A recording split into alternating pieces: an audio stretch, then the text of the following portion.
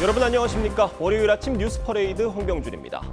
이재명 정부 첫 국정감사가 오늘 시작됩니다. 내란 잔재 청산을 외치는 여당과 민생 위기를 정조준하겠다는 야당의 치열한 공방이 예상되는데 오늘 예정된 법사위 국감에 조희대 대법원장이 모습을 드러낼지 주목됩니다. 이루라 기자입니다.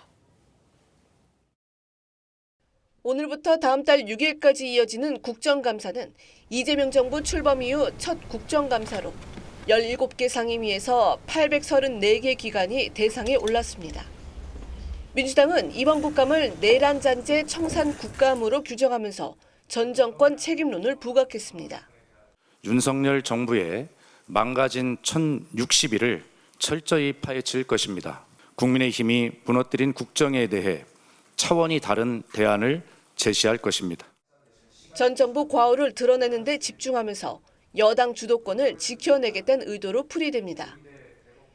국민의힘은 이번 국정감사는 이재명 정부의 실정을 심판하는 시간이라고 강조했습니다. 여당보다 더 유능한 야당, 여당보다 더 여당 같은 야당, 국민의 삶을 지켜내는 진짜 민생 정당은 바로 국민의힘이라는 것을 국민들께 확실히 보여드리겠습니다. 국민의힘은 교착 상태인 관세 협상과 민생 소비 쿠폰의 경제 악영향 등을 집중 질의할 계획인데 내년 6월 지방선거 전 마지막 국감인 만큼 현 정부의 민생 정책을 면밀히 검증해야 한다는 판단으로 해석됩니다. 오늘 예정된 대법원 국감에 조희대 대법원장이 출석할지 관심입니다. 민주당은 조 대법원장이 불출석할 경우 동행 명령장 카드도 검토 중입니다. 법조계에서는 조 대법원장이 관례대로 이석 양해를 구하거나 재판과 관련해 원론적인 답변만 할 거라는 관측이 나옵니다. TV조선 이루라입니다. 네, 이번 국정감사장에서는 대기업 총수를 비롯해 기업인들이 대거 증인으로 출석할 예정입니다. 앞서 민주당은 국감에서 기업인 부르는 것을 최소화하겠다고 했지만 올해도 보여주기식의 국감으로 기업 길들이기가 반복되는 것 아니냐는 지적이 일고 있습니다. 이상배 기자의 보도입니다. 국회 정무위원회는 계열사 부당 지원 관련 실태 점검을 이유로 최태원 SK그룹 회장을 증인으로 채택했고 국회 행안위는 정의선 현대차그룹 회장, 산자위는 정용진 신세계그룹 회장 등의 국회 출석을 요구했습니다. 이번 국감에 출석하는 경제계 인사만 200명에 육박합니다. 역대 최대 규모였던 지난해 기업인 증인 참고인 159명을 뛰어넘습니다. 앞서 민주당 지도부는 재계 관계자와 대표 출석을 최소화하겠다고 밝혔습니다. 참석이 필요 없는 대표들 또 특히 오너들이죠. 그런 걸 할 필요는 없겠다 이렇게 생각이 들어가지고요. 오늘 최대한 조정을 갖다가 하고자 합니다. 미국 관세 정책에 따른 불확실성이 커지고 있는 가운데 기업 길들이기만 반복되고 있다는 지적이 나옵니다. 보여주기식 국감으로 기업인들의 활동만 위축시킨다는 겁니다. 특히 최태원 회장의 국감 출석은 28일로 최 회장이 의장을 맡고 있는 대한상공회의소가 에이펙 정상회의 부대 행사로 주관하는 최고 경영자 서밋의 개막일입니다. 조금이라도 하면은 불러버리거든요. 국회의원들의 권한을 너무 과잉 사용하는 거 아닌가.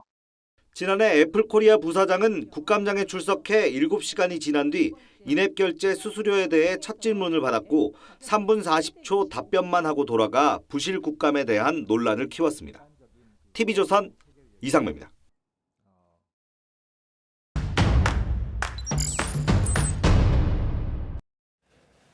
네, 이번 주 정치권 주요 이슈의 맥을 짚어보는 정치뷰 시간입니다. 정치부 한송원 기자 나왔습니다. 안녕하세요.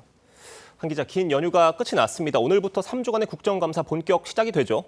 네, 올해는 첫날부터 전선이 뜨거운 분위기입니다. 오늘만 무려 8개 상임위에서 국정감사가 동시에 열리는데요. 한번 살펴보면 법사위, 외통위, 산자위, 국토위, 기재위 이렇게 핵심 상임위들이 한꺼번에 오늘 열립니다. 예. 그중에서도 가장 뜨거운 현장은 아무래도 법사위일 텐데요. 이 조희대 대법원장을 둘러싼 대법 국정감사가 가장 뜨거운 현장이 될 것으로 보입니다. 그리고 추가로 외통위에서는 한미 관세 협상, 캄보디아 납치 사건 논의될 것으로 보이고 산자위에서도 한미 관세 협상, 국토위 부동산 가격 상승, 그리고 기재위 민생 회복 소비 쿠폰 이를 두고 국민의힘 날선 공방 예고하고 있습니다. 자, 긴장감이 흐르는 첫날 일정 자세히 짚어주셨는데 이번 주 전체 일정도 좀 살펴볼게요. 네, 아무래도 최대 화두인 대법 국정감사 15일에 한 번 더 있습니다. 예. 오늘은 국회에서 열리는데 15일에는 대법에서 국정감사가 열릴 예정입니다. 조희대 청문회를 추진했던 민주당이 청문회가 불발되자 추가로 이 국정감사를 하겠다고 기습 상정한 겁니다. 예. 그리고 내일은 과방위에서 그 17일 그리고 내일 과방위 그리고 17일 행안위에서 이진숙 전 방통위원장 체포 문제 적절했냐, 경찰이 적법하게 집행했냐 이것을 두고 논의될 것으로 보이고요. 그리고 내일은 행안위에서 국가 전산망 마비 사태 다시 한번 쟁점이 될 것으로 보입니다. 이 사고 발생 18일째지만 아직까지 복구율이 30%대에 그쳤습니다. 국정감사가 야당의 시간인 만큼 동시다발적으로 반격에 나서면서 추후 선거 전 서막을 삼겠다 이런 전략입니다. 참 숨가쁜 한 주가 될 것으로 보이는데 오늘 법사위 국감에 조희대 대법원장 그래서 나오는 겁니까? 일단 대법원 내부를 취재해보면 예. 관례대로 하자 이런 분위기가 우세한 상황입니다. 그동안 대법 국정감사에서 대법원장이 국감 시작 그리고 끝에 인사말을 하고 사법부 수장이 사건에 대한 구체적 질문에 답하는 게 부적절하다 이런 이유로 증인 신분으로서 질의에 답변하지 않았었습니다. 작년에도 마찬가지였습니다. 위원장님과 위원님들의 노고와 배려에 다시 한번 감사드립니다. 네, 조희대 대법원장님 수고하셨습니다. 이석을 하셔도 되겠습니다. 네, 방금 보신 것처럼 대법원장이 이석한 이후에 천대엽 법원행정처장이 기관 증인으로 나섰고 국정감사가 끝나는 시각이었죠. 그러니까 밤 10시가 넘어서 다시 대법원장이 등장해서 최선의 노력 다하겠다 이런 의례적인 인사말로 마무리했었습니다. 자, 민주당이 연일 강경 행보를 보이고 있잖아요. 오늘은 어떻게 나올 것으로 예상하십니까? 네, 민주당 이번에 만약에 조희대 대법원장 출석하지 않으면 예. 동행 명령장 발부하고요. 또 고발 가능성까지 시사했었습니다. 직접 가서 데려오겠다는 겁니다. 또 민주당 입장은 이번에 천대엽 법원행정처장뿐 아니고 조희대 대법원장도 증인 선서를 하고 증언대에 서라 이렇게 강경 입장입니다. 그렇기 때문에 이번에 관행처럼 인사말만 하고 이석하려고 할 경우에 추미애 법사위원장이 퇴장을 저지하거나 이 답변을 요구할 가능성이 있습니다. 자, 조희대 대법원장 청문회부터 증인 채택까지 민주당 주도로 이루어졌던 만큼 국민의힘 의원들과의 대치는 불가피해 보입니다. 네, 취재해보니 실제로 국민의힘은 이 현장 대치 가능성까지 이제 대비하고 있는 것으로 파악이 됐습니다. 예. 추미애 위원장이 조 대법원장 이석을 막을 경우에 대법원장을 국감장에 감금하냐 이렇게 맞불 공격에 나설 가능성이 있는 겁니다. 국회가 가진 건 질서 유지권뿐이기 때문에 실제 재판부가 가진 감치 권한이 없으니까 감금하는 건 형법상 범죄다 이렇게 주장할 수 있는 겁니다. 자, 특검 수사를 받은 뒤에 숨진 양평군청 공무원 사망 사건 네. 파장이 큰데 이번 국감의 쟁점이 될 것으로 보입니다. 네, 국민의힘 벌써부터 민중기 특검 그리고 이 특검 관계자들 추가로 국정감사 증인으로 신청하겠다 이런 예. 계획입니다. 어제 저녁에 국민의힘이 국회 경내에 양평군청 공무원 분향소 설치하려고 했습니다. 하지만 국회 사무처에서는 허용하지 않았는데요. 국민의힘은 오늘 오전에 추가로 분향소 설치 이어가고 단체 조문까지 나선다는 계획입니다. 특검 과잉 수사 비극이라면서 CCTV부터 모든 수사 기록 공개해야 한다 이렇게 목소리를 높이고 있는데 민중기 특검 폭력수사특검법도 발의하겠다고 했습니다. 그리고 이번 네. 국감의 핵심 증인으로 꼽히는 김현지 대통령실 부속실 제1부속실장 네. 출석한다, 불출석한다 말들이 많은데 어떻게 되는 겁니까? 일단 이번 주 15일 운영위에서 예. 김현지 부속실장 증인 출석 여부 최종적으로 판가름이 납니다. 하지만 지금까지 여권 내부에서는 굳이 김현지 실장을 불러야 하겠냐 이런 게 공통된 시각이었습니다. 우상호 대통령실 정무수석이 이전에 김현지 부속실장 100% 국정감사에 출석한다 이런 취지의 언론 인터뷰를 한 적이 있는데 국민의힘은 국민을 속인 대국민 사기극이다 이렇게 반박했습니다. 예. 하지만 당시에도 대통령실 고위 관계자 설명 종합해 보면 우수석 발언, 국회가 요청하면, 국회가 출석하라고 하면 이런 단서가 붙어있는 발언이었다. 이런 설명을 덧붙이긴 했습니다. 네, 여야 공수가 뒤바뀐 이재명 정부 첫 국정감사 일정과 쟁점 정치부 한송원 기자와 자세히 짚어봤습니다. 한 기자 잘 들었습니다. 캄보디아에서 한국인 대학생을 고문으로 숨지게 한 용의자 중 한 명이 과거 서울 대치동 마약 음료 사건에 연루됐다는 의혹이 제기됐습니다. 경찰은 최근 한국인 상대 범죄가 급증하는 현지에 전담 인력을 파견하기로 하는 등 대응에 나섰습니다. 신정원 기자입니다. 8월 캄보디아의 한 농장 트럭에서 숨진 채 발견된 한국인 대학생 박모 씨. 박 씨가 숨지기 전 목격했던 30대 남성은 너무 맞아 걷지 못하고 숨을 못 쉬는 상태였다고 증언했습니다. 또 박 씨가 마약 운반에 강제 동원됐다가 자신이 감금됐던 조직으로 팔려왔다고 전했습니다. 박 씨를 상대로 마약 투약 강요와 고문까지 저지른 주범으로는 한 30대 중국인 남성이 지목됐습니다.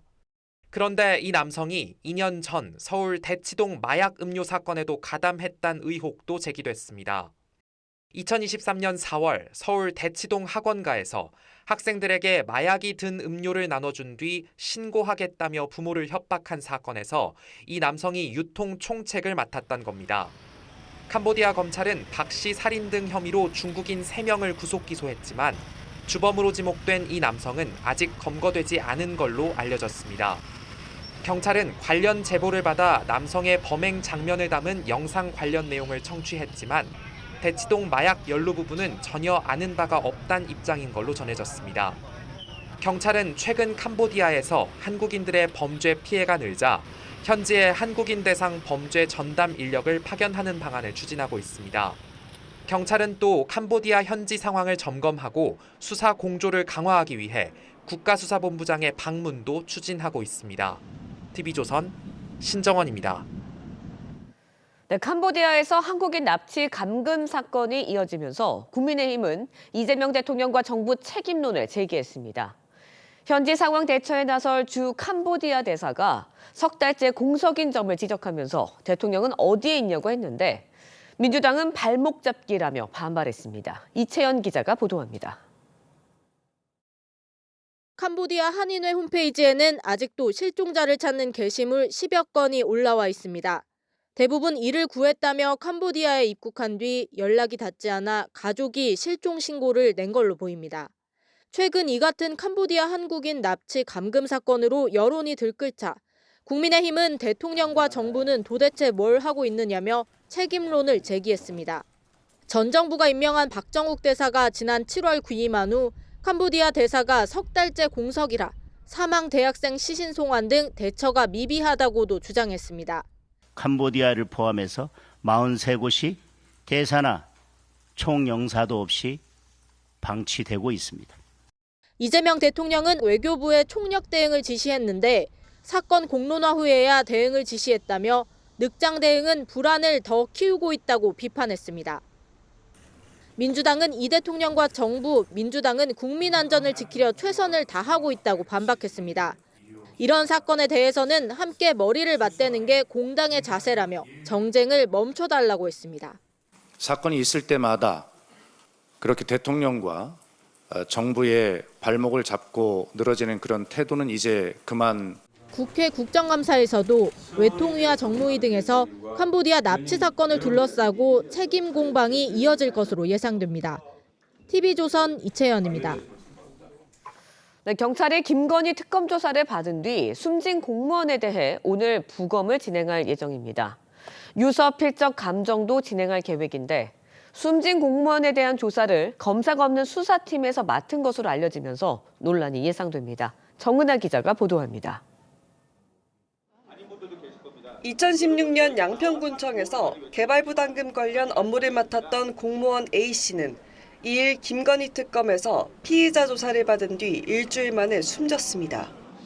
당시 고인에 대한 수사는 판사 출신 특검보와 검찰 경력 없는 변호사 2명, 경찰관만으로 구성된 수사팀이 담당했다고 조선일보가 보도했습니다.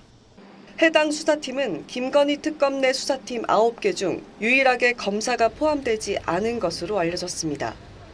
법조계 일각에선 인권보호관 역할을 해야 할 검사가 빠지다 보니 무리한 수사로 이어진 것 아니냐는 지적이 나옵니다.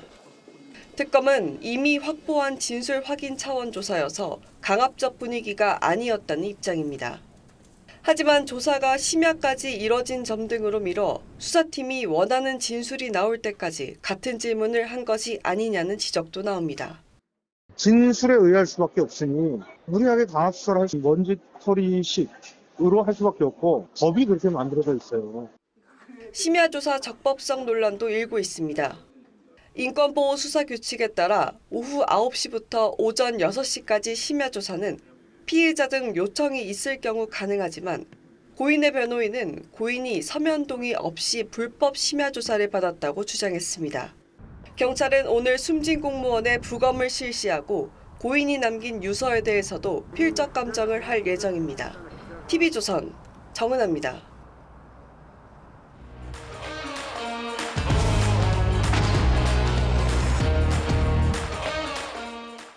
정치권 소식 짚어보는 아침의 맞수 시간입니다. 윤기찬 국민의힘 법률위 부위원장, 성치훈 더불어민주당 정책위 부의장, 강전의 변호사, 조기현 변호사 나오셨습니다. 안녕하세요. 김건희 특검의 조사를 받다 숨진 양평군 공무원에 대해 경찰이 오늘 부검을 실시할 예정입니다. 먼저 유족 측 입장 들어보겠습니다.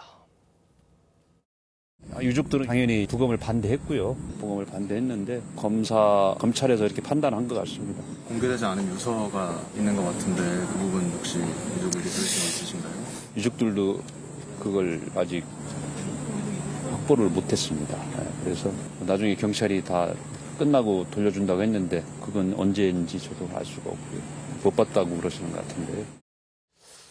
자, 그런데 말입니다. 지금 경찰에선 유서 내용은 사진 촬영을 해서 유족들에게 보여줬다는 설명이고 또 부검도 필요해서 하겠다라는 설명인데 유족들의 입장이 충분히 배려가 되지 못하는 모양새로 보입니다. 어떤 경찰의 대응이 유족들의 뜻과 좀 다르게 흘러가고 있는 것 같은데 이유가 뭐라고 보십니까? 아마 이제 경찰 등 수사기관은 관련 규칙에 따라서 하는 걸로 보이고요. 어쨌든 그 동료들이 그 망자의 아파트에 찾아갔을 때 이제 사망 사실을 알게 됐다는 거잖아요. 그 유서도 나왔고 또 유서 작성 이전에 조사받고 나와서 또 메모도 있고 하기 때문에 분명히 어떤 사망의 원인은 저희가 명백히 추정돼 보이지만 수사기관 입장에서 보면 어쨌든 관련 규칙에 따라서 그 유서의 진위 확인을 해야 되는 부분이 있고 또 하나 이제 변사자 처리 지침에 따라서 이 부분을 부검을 이제 검경이 결정해서 법원에 영장받아서 하는 부분은 그 자체를 탓할 수는 없어요. 그런데 유서 공개 관련해서는 조금 경찰의 조치가 미흡해 보이기도 합니다. 미흡하다.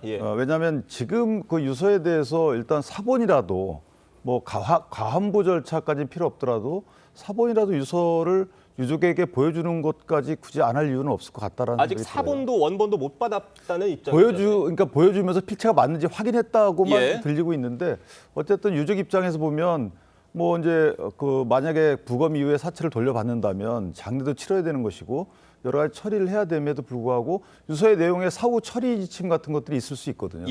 그래서 유서의 내용 내지 사본은 유족에게 제공돼야 되는 게 아닌가라는 생각을 합니다. 경찰 대응이 조금 미흡하다라는 지적인데 어떻게 보십니까? 일단 말씀하신 대로 부검이라는 것은 형사소송법상 강제 절차입니다. 아마 절차에 따라서 할 거고요. 형사소송법에도 예를 갖춰 진행을 하되 그 유가족에게 통지하도록 돼 있습니다. 물론 이제 동의를 구하는 방식으로 통상은 진행이 되는데 지금 여러 가지 문제 제기가 되고 있기 때문에 검경은 검증, 그러니까 부검의 필요성이 있다고 판단해서 진행하는 것 같고요. 유서 관련해서도 지금 유서 이전에 공개된 메모라는 게 있습니다. 그 내용이라든가 그 형식 자체 여러 가지 문제 제기가 되고 있기 때문에 좀 더 면밀하게 확인한 후에 공개하고 돌려줄 필요가 있어서 이 역시도 일종의 압수라는 절차를 통해서 진행하고 있는 것으로 보여져서 유족 입장에서는 왜 빨리 안 주냐고 답답해할 수 있지만 이미 제기된 문제가 있기 때문에 검경은 확실하게 사안을 처리하고 의혹을 남기지 않기 위한 절차로 보면 될 것 같습니다. 그럼 말씀해주신 그 메모. 강압 수사의 정황이 좀 담겨 있는 것으로 전해지고 있는데 그 내용을 보면 모른다고 기억이 안 난다고 말을 해도 계속 다그친다. 사실을 말해도 거짓이라고 한다. 이런 내용들이 담겨 있는 겁니다. 이런 상황이다 보니까 특검이 강압 수사 의혹을 피해가기가 쉽지 않을 것으로 보이는데 어떻게 판단하세요? 그렇죠. 결국에는 수사를 통해서 밝혀져야겠습니다만 이번 메모 같은 경우에는 내용이 굉장히 충격적입니다. 강압 수사 의혹에 있어서의 중요 증거라고 볼 수 있을 것인데 왜냐하면 보통 사람들이 그 돌아가시기 전에 쓴 메모 같은 경우에는 진실성이 높다라고 일반적으로 보는 상황들이고요. 그리고 이렇게 만약에 이게 거짓이라면 거짓을 할 이유가 있을 것인가 그 부분도 좀 의문이 있는 상황이거든요. 특히 이 내용을 보면은 그 야간 수사에 대한 이야기들이 나옵니다. 그런 내용들 그리고 지금 특검 측에서는요 2차례 식사를 하고 3차례 휴식 시간을 주고 이러한 이야기들 하고 있습니다만 뭐 건물 외부의 CCTV를 보니 강압적 수사는 없었다라고 보인다 이런 이야기들도 지금 하고 있어요. 오히려 특검 측에서 이야기하고 있는 것이 강압 수사가 없었다라는 증거로 제시하기에는 좀 어려움이 있지 않나라고 생각을 합니다. 지금 유서 내용은 공개가 되고 있지 않은데 만약에 유서의 내용도 20장 정도로 알려져 있습니다만 이 메모와 같은 결의 내용들이 나온다면 파장은 굉장히 커질 것이라고 예상이 됩니다. 지금 숨진 공무원을 조사한 수사팀, 특검 안에서 이 수사팀 중에 유일하게 검사 출신이 없는 경찰과 변호사로만 구성이 되어 있다고 합니다. 그렇다 보니까 지금 일각에서는 경찰이 과잉 수사를 한 것 아니냐 이런 지적도 제기가 되고 있어요. 일단 수사팀 구성이 그렇게 되어 있는 건 맞습니다. 김건희 특검 내에 수사팀이 9개로 알려져 있고 그 9개 팀 중에 유일하게 한 팀만 검사가 없는 수사팀인 걸로 알고 있고요. 이번에 그 숨진 공무원 A씨에 대한 수사 역시 파견된 경찰 3명이서 수사를 한 걸로 알려져 있기 때문에 그런 지적을 하시는 것 같은데요. 글쎄요, 근데 전 구성 때문에 그렇다고 보지는 않습니다. 그러니까 검사가 포함되어 있었다면 강압적인 수사가 없었겠느냐. 사실 검찰도 과거에 지금까지도 비판을 받고 있는 이유 중에 하나가 검사들 역시 이런 강압적 수사를 해왔다라는 비판에서 자유로울 수 없기 때문인데요.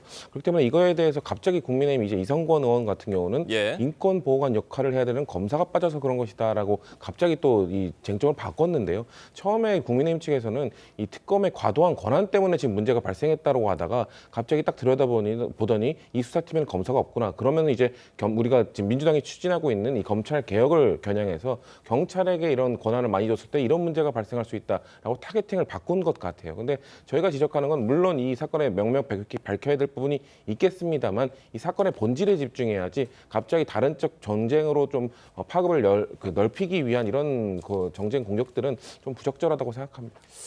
네, 지금 이 사망 사건을 놓고 정치권에서는 뜨거운 공방이 벌어지고 있습니다. 여야 목소리 들어보겠습니다. 괴물 특검이 국가의 보호를 받아야 할 국민에게 오히려 합법적인 폭력을 가하고 결과적으로 죽음에 이르게 하였습니다. 가칭 민중기 특검의 폭력수사 특검법을 발의하겠습니다. 고인의 안타까운 죽음을 정치에 끌어들여 특검의 수사를 흔들고 자신들의 죄를 피해보려는 꼼수에 지나지 않습니다. 국민의힘은 특검 흔들기를 멈추고 특검의 수사에 협조해야 할 것입니다. 그러니까 국민의힘이 민중기 특검법을 발의를 하겠다고 나선 건데 민주당에서는 특검 흔들기 멈춰라 이렇게 반박을 했어요. 아니 근데 어쨌든 수사기관이잖아요. 특검도 한시적이긴 하지만 수사기관에 의해서 수사를 받은 사람이 극단적인 선택을 했어요. 그 일반적으로 이게 경찰, 검찰, 상설기구라고 생각하면 정치권 특히 민주당에서 이렇게 반응할 수가 있는 건가요? 저는 개인적으로 특검의 수사 행태에 대해서 당연히 강도 높은 비판을 했어야 되고 여러 가지 대처를 해서 청문회를 개최한다든가 아니면 국정감사 대상으로 삼아야 된다든가 또는 특검법을 만든다든가 이렇게 당연히 했을 거예요. 그런데 왜 특별검사 이 기관에 대해서 저렇게 온화한 어떤 대응을 하는지 이해가 안 되는 거고 이게 왜 정쟁이라고 생각을 하는지 모르겠습니다. 어쨌든 분명한 것은 특별검사에 의해 수사 중에 한 사람이 나 심리적인 압박을 받았다라는 또 뭐 유서 내지 메모를 써놓고 극단적 선택을 했어요. 이게 보통 일 아니잖아요. 여기에 대해서 문제 제기하는 것이 왜 이게 정쟁이라고 평가받는지 이해가 안 되는 부분이고 마지막으로 자 특별검사에 대한 특별검사도 할 필요성도 논의돼야 되지만 지금 당장 국감 시즌이기 때문에 국감의 대상으로 삼아야 된다고 봅니다. 특별검사를 국감에 뭐 소관 상임위가 불명한다 하더라도 국회의장이 해당 상임위를 지정해서라도 특별검사를 국감에 불러가지고 물어봐야 되겠죠. 당신들 이거 조사해봤더니 어떤 내용이냐. 그다음에 이것만 처음 문제된 게 아니잖아요. 그다음에 최호 전 평택 당협위원장에 대해서도 물론 특검은 본인들이 교섭을 하지 않았다고 하지만 또 극단적 선택한 예가 있죠. 그러니까 두 번째 발생한 거기 때문에 여기에 대해서 정치권이 저렇게 정쟁 운운할 때가 아니다 이렇게 생각합니다. 자, 특검팀은 뭐 강압은 없었다는 입장입니다. 뭐 휴식 시간 다 충분히 보장을 해줬고 다른 피의자들보다 뭐 조사도 좀 덜 했는데 이런 일이 발생했다라는 식으로 대응을 했는데 지금 국민의힘에서는 특검이 국토부 여성사무관의 산후조리원까지 압수수색했다라는 의혹을 제기를 하면서 강압수사 공세를 계속 이어가고 있어요. 그러니까 저런 비판을 하고 있기 때문에 이게 이 사안의 진상을 명확히 규명해서 실제 강압, 회유, 또 허위 진술 강요가 있었는지를 밝히는 것을 넘어선 정치 공세라고 비판할 수밖에 없는 겁니다. 특검 전체를 지금 문제 삼고 있지 않습니까? 지금 이 수사도 이번에 양평군 공무원 관련된 사건과는 별개의 사건, 서울 양평 고속도로 관련 사건인 것 같습니다.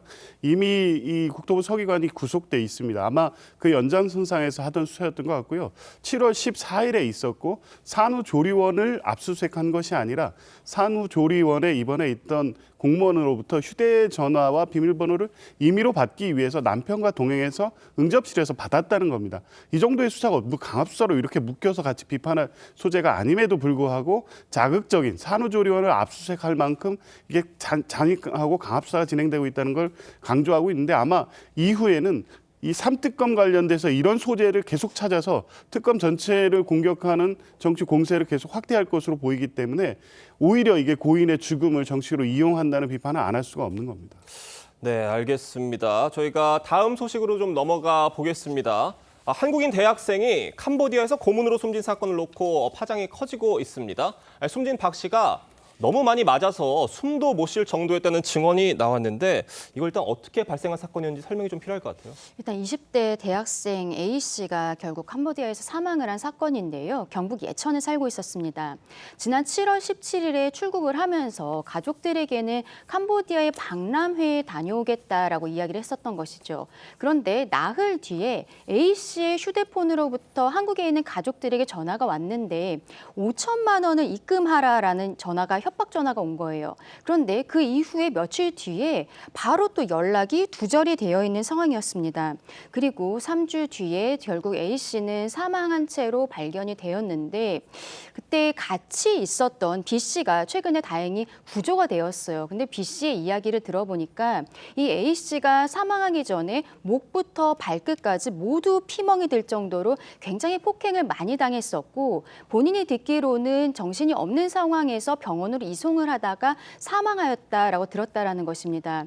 이 상황에 대해서 지금 우리 대한민국 정부가 얼마나 국민들을 보호하고 있는지 이 부분에 대해서 국민들께서 많은 우려를 하고 계시는 상황입니다. 자, 핵심 용의자 중에 한 명이 2년 전에 국내를 떠들썩하게 했던 강남 마약 음료 사건에 연루된 정황이 있는 것으로 알려지고 있습니다. 이거 수사는 진행이 될 수가 있는 겁니까? 글쎄요, 일단 뭐 이번에 이 그 강금 폭행 사망에 대한 사건에 대해서는 주범은 체포돼서 지금 수사를 받고 있고 이제 도주한 한 명이 문제인데요. 그러니까 실제 그런 정황이 있다고 알려져 있는데 경찰에서 일단 부인을 하고 있습니다. 마약 음료 같은 경우가 이 강남 대치동에서 이 사건이 있기 전에 이미 동남아에서 이런 방식으로 유통이 있다는 사실은 알려져 있었기 때문에 혹시 연관관계가 있는 것은 아닌지 이게 동일인으로 특정될 수 있는지에 대해서 아마 경찰은 확인은 하고 있을 텐데 아직 공식적으로 이 대치동 마약 사건과의 직접 관련성에 대해서 밝히지는 않고 있습니다. 자, 지금 캄보디아에서 우리 국민의 피해가 계속되고 있다 보니까 우리 경찰에서도 코리안 데스크 신설 등 대응책을 마련하고 있는데 자, 범죄 대응에 효과가 있을지 어떻게 보세요? 일단 좀 늦었어요. 저희 캄보디아가 보면 2022년에 그 우리나라 국민을 상대로 한 범행이 이제 한 건이었는데 올해만 벌써 8월까지 330건이라는 거거든요. 납치, 감금 관련 범죄가. 그렇다면 이게 기하급수적으로 늘었다는 건데 첫 번째는 관련 그 해당 치안 상황이나 관련돼서 정보를 저희가 수집하지 못했다는 거죠. 그렇기 때문에 늦은 건데 그 이유가 대사가 없어요. 그러니까 정보를 수집하고 이걸 본국에다 보고할 대사 자체가 없기 때문에 거기에 대해서도 우리 위정자들은 전혀 신경을 안 썼다는 거죠. 그 뒤늦게 저렇게 여러 가지 조치를 하고 있는데 그런 문제가 있는 거고 또 하나 코리안 데스크 등은 이제 범죄가 발생했을 경우에 그 수사와 관련된 여러 가지 효율적인 수사책이죠. 그러니까 범죄 발생 전에 예방과 관련돼서는 이건 사실 대통령이 나서야 돼요. 캄보디아 같은 경우에는 GDP 전체의 40% 50% 정도가 사기 범죄로 인한 거라고 하잖아요. 그만큼 약간의 조직적이고 묵인하는 듯한 느낌이 있단 말이죠. 그렇다면 일단 외교적으로 수뇌부가 압박을 가해서 뭔가 치안을 더 유지하게 하거나 우리나라 국민을 위해서 좀 더 힘쓰게끔 해야 되는 기본적인 조치가 필요하고 그다음에 이제 코리안 데스크 등은 범죄가 발생했을 경우에 좀 더 신속히 대응할 수 있는 그런 조직이기 때문에 필요하지만 일단 급선무는 대통령께서 캄보디아 총리인가요? 그분하고 통화를 하는 것이 일단 어떤 거라는 생각을 합니다. 지적해 주신 이 부분, 주 캄보디아 대사가 석 달째 공석이라고 합니다. 그러니까 대사부터 임명하는 게 급선무란 지적, 비판도 나오고 있는데 어떻게 보세요? 대사는 빠르게 임명이 돼야 되겠죠. 지금 대사가 임명되지 않은 나라가 몇 군데 있기 때문에 그에 대해서는 아무래도 우리가 그 대통령 윤석열 전 대통령이 파면당하고 인수위 없이 출범한 정부이기 때문에 약간 늦어지는 국가들이 몇 군데 있다라는 말씀을 드리고요.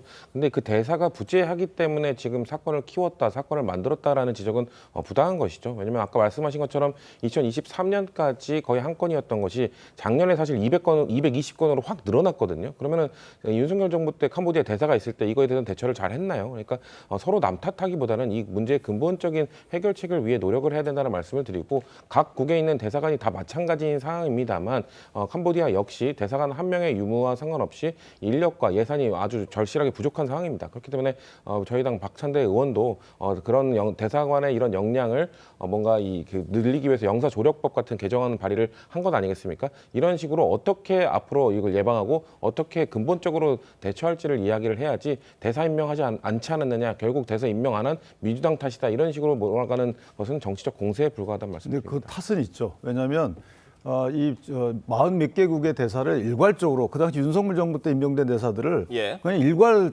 불러들였어요. 그다음에 늦어진 거잖아요. 그러니까 굳이 우리 정부에서 임명할 대사들이 아니기 때문에 이미 그냥 불러들이고 그 사람들에 의해서 받을 교민들의 이익 같은 거 신경 안 썼던 거죠. 두 번째는 여행 이 경보구역이라는 이 경보를 늦게 내렸잖아요. 그러니까 어느 정부의 문제가 아니고 그렇게 급증하고 있으면 대사관으로부터 취합한 정보에 따라서 이거 빨리 해야 된다라고 제안을 받고 외교부가 빨리 후속 조치를 했어야 되는데 늦었다는 거죠.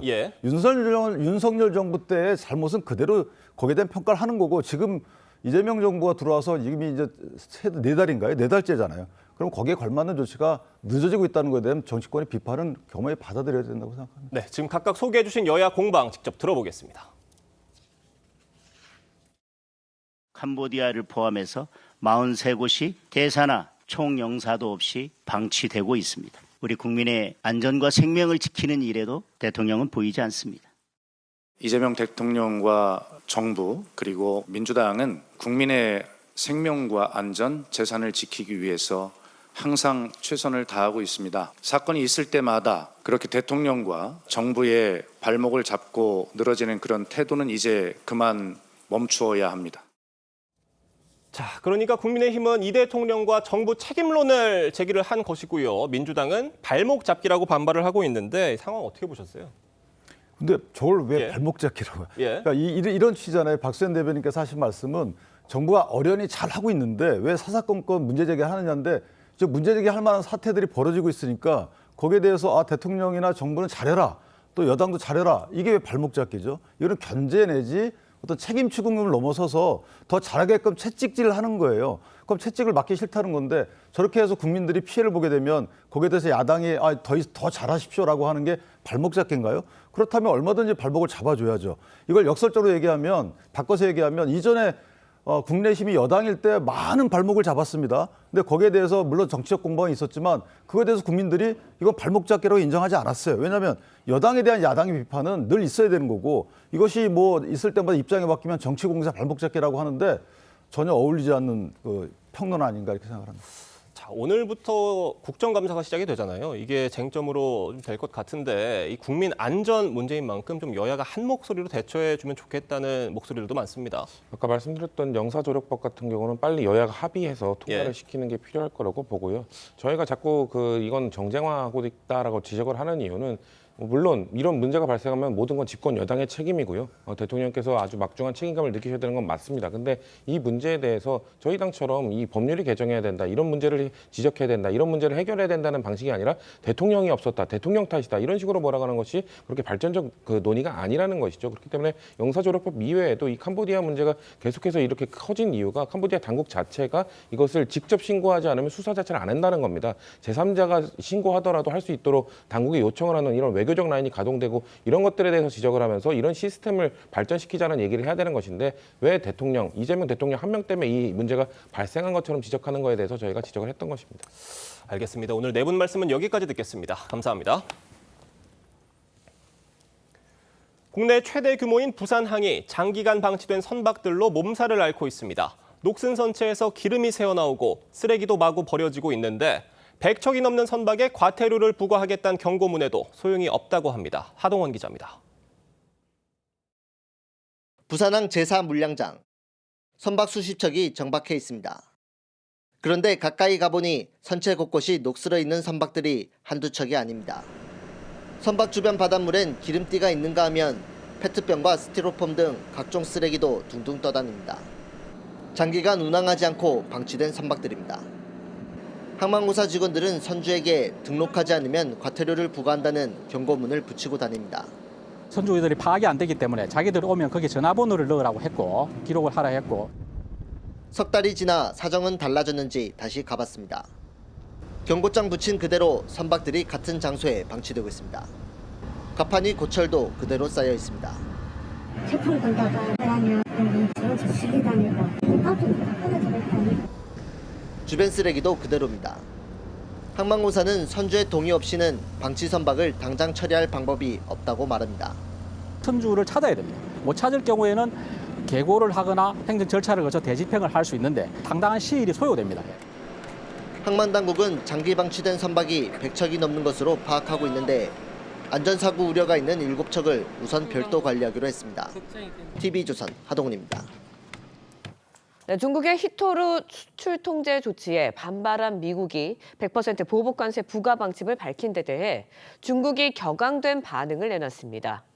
걸핏하면 관세로 위협하는 것을 하지 말라면서 무역 전쟁이 두렵지 않다고 강경하게 대응했는데 다만 중국도 미중 정상 간의 합의를 지키라며 대화의 문은 열어뒀습니다. 신은서 기자가 보도합니다. 중국 상무부가 홈페이지에 게재한 입장문입니다. 사흘 전 발표한 히토류 등 수출 통제는 정상적 행위라며 걸핏하면 고액 관세로 위협하는 것이 올바르지 않다고 했습니다. 히토류 통제에 반발한 미국이 100% 추가 관세 등을 예고한 것을 겨냥한 겁니다. 动辄以高额关税进行威胁，不是与中方相处的正确之道。对于关税战，中方的立场是一贯的，我们不愿打，但也不怕打。 중국 상무부는 미국이 무역 협상 뒤에도 추가 제재를 내놓고 있다며 일일이 항목을 열거했습니다. 미국이 고집대로 한다면 단호히 상응 조치를 취하겠다고 경고하기도 했습니다. 트럼프 대통령은 지난달 시진핑 주석과의 전화회담에서 경주 에이펙 정상회의 계기 대면 만남 등에 합의했다고 자랑했지만 전날엔 보복 관세를 발표하면서 이를 뒤집을 가능성마저 시사했습니다. Trade war. Trump says that it's because of China. He says that China. 다만 중국과 미국 모두 대화의 문은 완전히 닫진 않고 있습니다. 이 때문에 미중 양국이 회담에서 밀리지 않기 위한 기선 제압에 나서며 강대강 대결을 재점화하고 있다는 분석이 나옵니다. TV조선 신은서입니다. 네, 미중 무역 갈등 우려가 커지는 것과 관련해 트럼프 미국 대통령이 미국은 중국을 해치려는 것이 아니라 도우려는 것이라며 모든 것이 잘 될 것이라고 말했습니다. 트럼프는 현지 시간 12일 소셜미디어를 통해 이같이 밝히고 시진핑 주석은 자기 나라가 불황을 겪는 것을 원하지 않고 나 역시 마찬가지라고 덧붙였습니다. 앞서 중국이 히토류 수출 통제를 강화하자 미국은 중국에 100% 추가 관세를 부과하겠다며 맞서 양국 무역 갈등이 본격화할 수 있다는 우려가 제기됐습니다. 네, 화제 이슈 콕 집어서 파헤쳐봅니다. 아침에 픽 시작합니다. 미국이 중국의 히토류 통제에 100% 추가 관세 부과로 맞불을 놓으면서 양측 간의 긴장감 다시 고조되고 있습니다. 관련 내용 석병훈 이화여대 경제학과 교수와 함께 자세히 짚어보도록 하겠습니다. 안녕하세요. 안녕하십니까. 네, 들으신 것처럼 미중 간의 무역 갈등이 재점화가 되고 있는 상황입니다. 일단 먼저 미국이 꺼내든 100% 추가 관세 카드 어떤 위력이 좀 있다고 보세요? 예, 100% 추가 관세는 지금 현재 미국이 미국의 대중국 관세율이 평균 55%인데요. 여기에다가 100% 추가 관세를 부과하게 되면 관세율이 155%가 됩니다.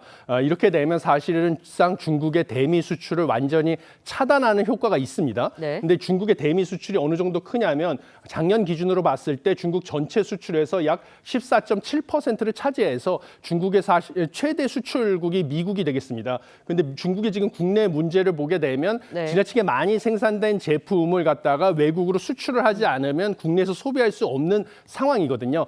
왜냐하면 디플레이션 문제가 심각하기 때문에 8월 달에 소비자 물가 상승률이 전년 대비 0.4% 오히려 하락을 했습니다. 그래서 미국 수출 시장이 차단될 경우에는 이 제품들을 국내에다가 풀게 되면 국내 소비자 물가는 더 크게 하락이 돼서 디플레이션 현상이 심화될 것이라서 중국 입장에서는 이러지도 못하고 저러지도 못하는 좀 큰 타격을 받을 가능성이 있다 이렇게 보고 있습니다. 네, 일단은 중국이 어제 입장을 밝혔습니다. 만약에 이제 미국이 고집한 대로 한다면 단호히 상응 조치 나서겠다 이런 입장을 밝혔는데 중국이 사용할 수 있는 경제적인 보복 조치 어떤 게 있나요? 지금 상황에서? 예, 중국이 사용할 수 있는 가장 강력한 경제적 보복 조치는 이번에 들고 나온 히토류 수출 통제가 되겠습니다. 히토류 같은 경우는 반도체, 전기차 배터리, 군사 장비 같은 첨단 산업의 핵심 소재로 쓰이고 있는데 중국이 전 세계 공급의 약 70%를 점유하고 있을 뿐만 아니라 히토류를 가공한 것에 대해서는 80% 이상의 그 점유율을 가지고 있어가지고 중국이 수출을 통제할 경우에는 미국의 입장에서는 방위 산업이랑 첨단 산업이 완전히 다 셧다운되는 효과가 있어서 중국이 가장 강력한 무기를 사용했다 이렇게 보시면 되겠습니다. 네, 그런데 이제 정리를 해보면 히토류 대 100% 관세, 추가 관세라는 맞불 구도거든요. 어느 쪽이 경제적인 파급력이 더 크다고 보세요? 단기적인 충격을 관점에서 봤을 때는 당연히 히토류 수출 통제가 더 큰 파급력이 있다 이렇게 보고 있습니다. 왜냐하면 이것은 단순히 경제적 손실을 넘어가지고요. 미국의 안보 산업과 AI 산업 같은 첨단 산업의 가동 자체를 멈추게 할 수 있는 힘이 있기 때문에 히토류 수출 통제가 사실 미국의 입장에서 더 뼈아프게 다가올 수 있다 이렇게 보고 있습니다. 네, 그런데 하면은 이제 트럼프 대통령 100% 추가 관세 이야기를 했는데 12일에는 현지 시간 12일에는 미국은 중국을 해치려는 것 아니다, 도우려는 것이다. 이러면서 좀 유화적인 또 제스처를 쓰고 있거든요. 일단 미국도 중국과의 대화의 문은 열어두고 있다라고 봐도 되는 걸까요? 예, 그렇습니다. 당연히 이제 미국도 이 최악의 상황으로 치닫는 것은 원하지 않습니다. 왜냐하면 중국이 미국이 어떻게 컨트롤할 수 없는 가장 강력한 무기라고 하는 히토류를 독점적으로 공급하다시피 하고 있는 상황이다 보니까요.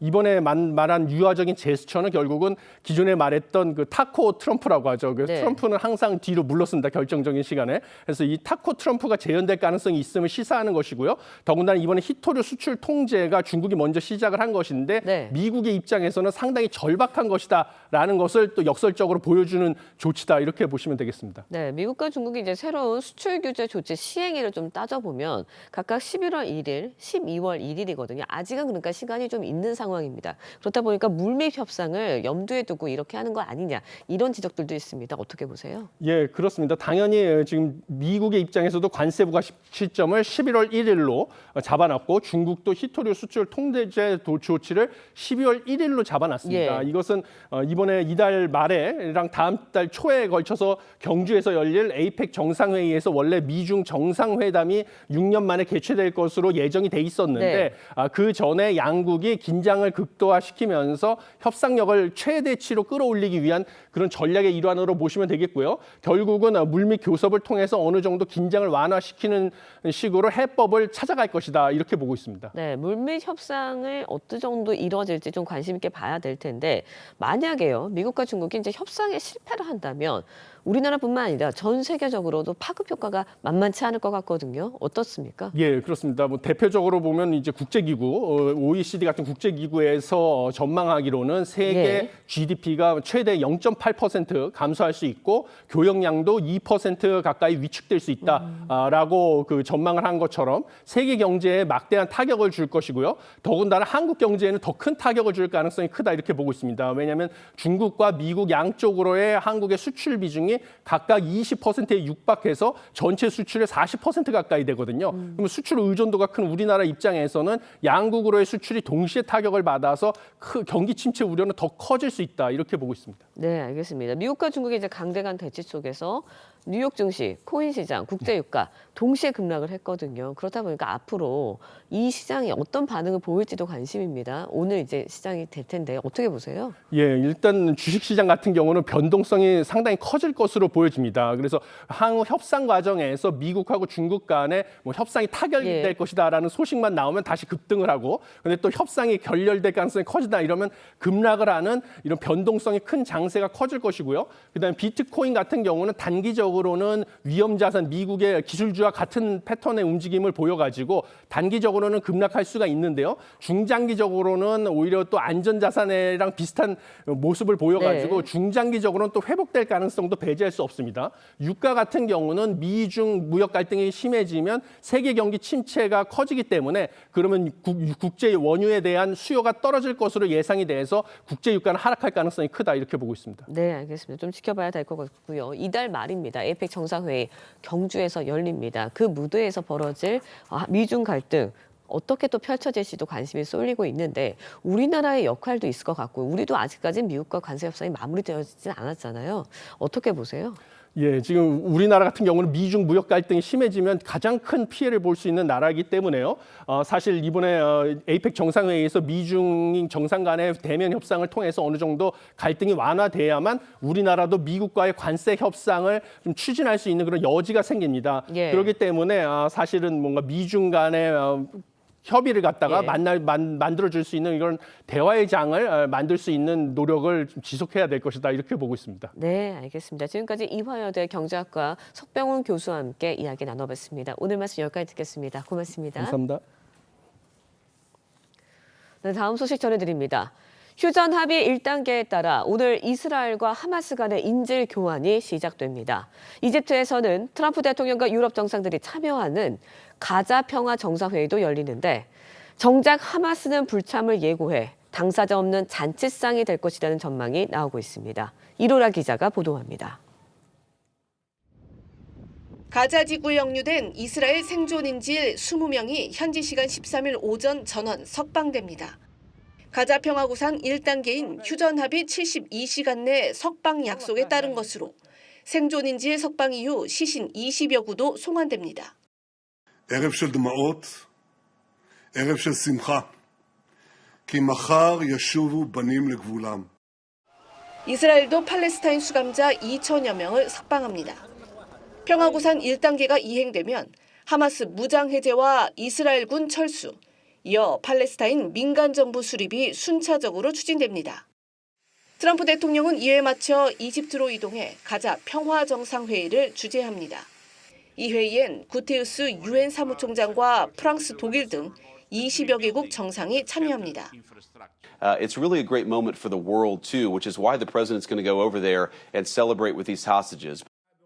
하지만 정작 당사자인 하마스는 미국이 강요한 협정이라며 불참을 선언했고 이스라엘도 참석 여부를 밝히지 않으면서 자칫 당사자 없는 잔치상이 될 가능성이 제기됩니다. 또한 하마스가 무장 해제가 핵심인 평화구상 2단계에 강하게 반발하고 있어 향후 협상이 쉽지 않을 전망입니다. TV조선 이로라입니다. 네, 미국 사우스 캐롤라이나 주의 한 술집에서 총기 난사 사건이 발생해 4명이 숨지고 최소 20명이 다쳤습니다. 사건은 현지 시간 12일 새벽 1시쯤 사우스 캐롤라이나 남부 세인트 헬레나 섬의 한 술집에서 발생했습니다. 당시 현장에는 수백 명이 있었고 부상자 가운데 4명은 중태여서 희생자 수가 더 늘어날 가능성이 있습니다. 용의자는 현장에서 체포되지 않았고 경찰은 목격자 등을 상대로 정확한 사건 경위를 조사 중입니다.